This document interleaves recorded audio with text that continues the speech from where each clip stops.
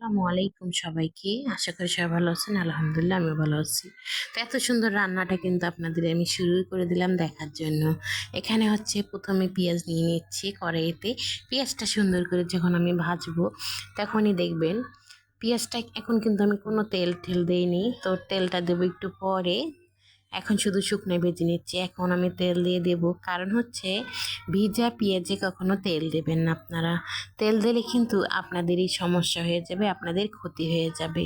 সেটা কি অবশ্যই মনে মনে ভাবতেছেন আপনারা যে এটা আবার কি? এটা একটা দুর্ঘটনা। কারণ হচ্ছে আমরা মা বোনেরা সবাই রান্না করি। আর সবাই যদি সুস্থ না থাকি তাহলে কিন্তু আমরা রান্না করতে পারবো না। সেটা হচ্ছে কি যে আপনি যদি পেঁয়াজের পানি সহ ওখানে তেল দিয়ে দিতেন তাহলে কি হতো জানেন? পুরা পেঁয়াজের পানিগুলো ফুটে ফুটে তেলগুলো ফুটে ফুটে আপনার গায়ে চলে আসতো। এজন্য ওইভাবে আর কি রান্না করতে হবে যাতে যেন পেঁয়াজ থেকে পানিটা একদম শুকিয়ে যায়। তারপরে আমরা তেল দিয়ে দিই, তাহলে আমরা সুস্থ থাকবো আর পুড়বো না। তারপরে এদিকে হচ্ছে আমি এখন মশলাগুলো দিয়ে দিচ্ছি। একে একে সব মশলা দিয়েছি। দেওয়ার পরে এখানে আমি এখন মাছগুলো দিয়ে দিচ্ছি। এই তো এখন আমার মাছগুলো দেওয়ার পালা। তো সবগুলো মাছ আমি একটা একটা করে দিয়ে দিব। তো অনেকে অবশ্যই ভাববেন যে হচ্ছে অল্প কয়টা মাছ আর কত রকম সকম করে কথা বলতেছে। আসলে এটা ঠিক, অল্প মাছ, কিন্তু আমরা তো অল্প দামের মানুষ, তাই বেশি দামের মাছ খেতে হলে অল্প খেতে হবে আমাদের।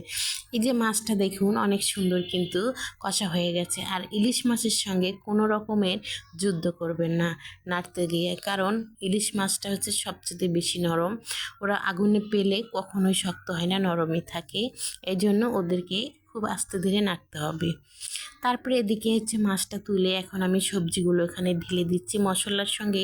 দেওয়ার সময় কিন্তু এখন আমি এটা সুন্দর করে কষিয়ে নেব। আর কষিয়ে নেব কি, এইটা যে এমন একটা তরকারি, এই তরকারির পানি কখনোই শুকায় না, অনেক সময় লাগে শুকাইতে। তো আমি যখন কষাতে দিলাম দেখুন, ঢাকনা উঠায় দেখবো তার থেকে যতটুকু পানি ছিল তার থেকে বেশি পানি রয়ে গেছে। কারণ যে এটা থেকে পানি চলে আসছে এই জন্য। তো যাই হোক, এখন আমি আবারও সুন্দর করে নাড়বো। নাড়ার পরে কিন্তু এখানে আমি পানি দিয়ে দেব। তো এই যে পানিটুকু আমি দেখুন কি পানি দিচ্ছি, পানিটা কিন্তু আমি আগে ফুটিয়ে রেখেছি গরম পানি।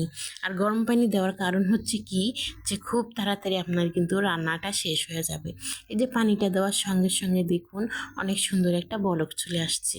কেন আসছে জানেন? এখানে গরম পানি দিয়েছি তাই। তারপরে এই তো এখন বলক চলে আসার পরে দেখুন কিছুক্ষণ আমি এটাকে আবার সিদ্ধ করে নেব। নেওয়া হয়ে গেলে কিন্তু এখানে আমি মাছটা ঢেলে দিলাম। আর এই তরকারিটা রান্না করতে আমি মনে করি না একটু সময় লাগে। হইতে পারে আমি অনেকক্ষণ থেকে আপনাদের সঙ্গে অনেক কথা বলতেছি, বলতে বলতে কিন্তু আমার তরকারি রান্নাটা কমপ্লিট। এখন একটু শুকনো মশলার গুঁড়ি দিয়ে সুন্দর করে আবার কিছুক্ষণ জাল করে নামিয়ে রেডি হয়ে গেল আমার তরকারিটা। এই যে দেখুন দেখতে কত সুন্দর লাগছে, আলহামদুলিল্লাহ অনেক অনেক ভালো হয়েছে খেতে।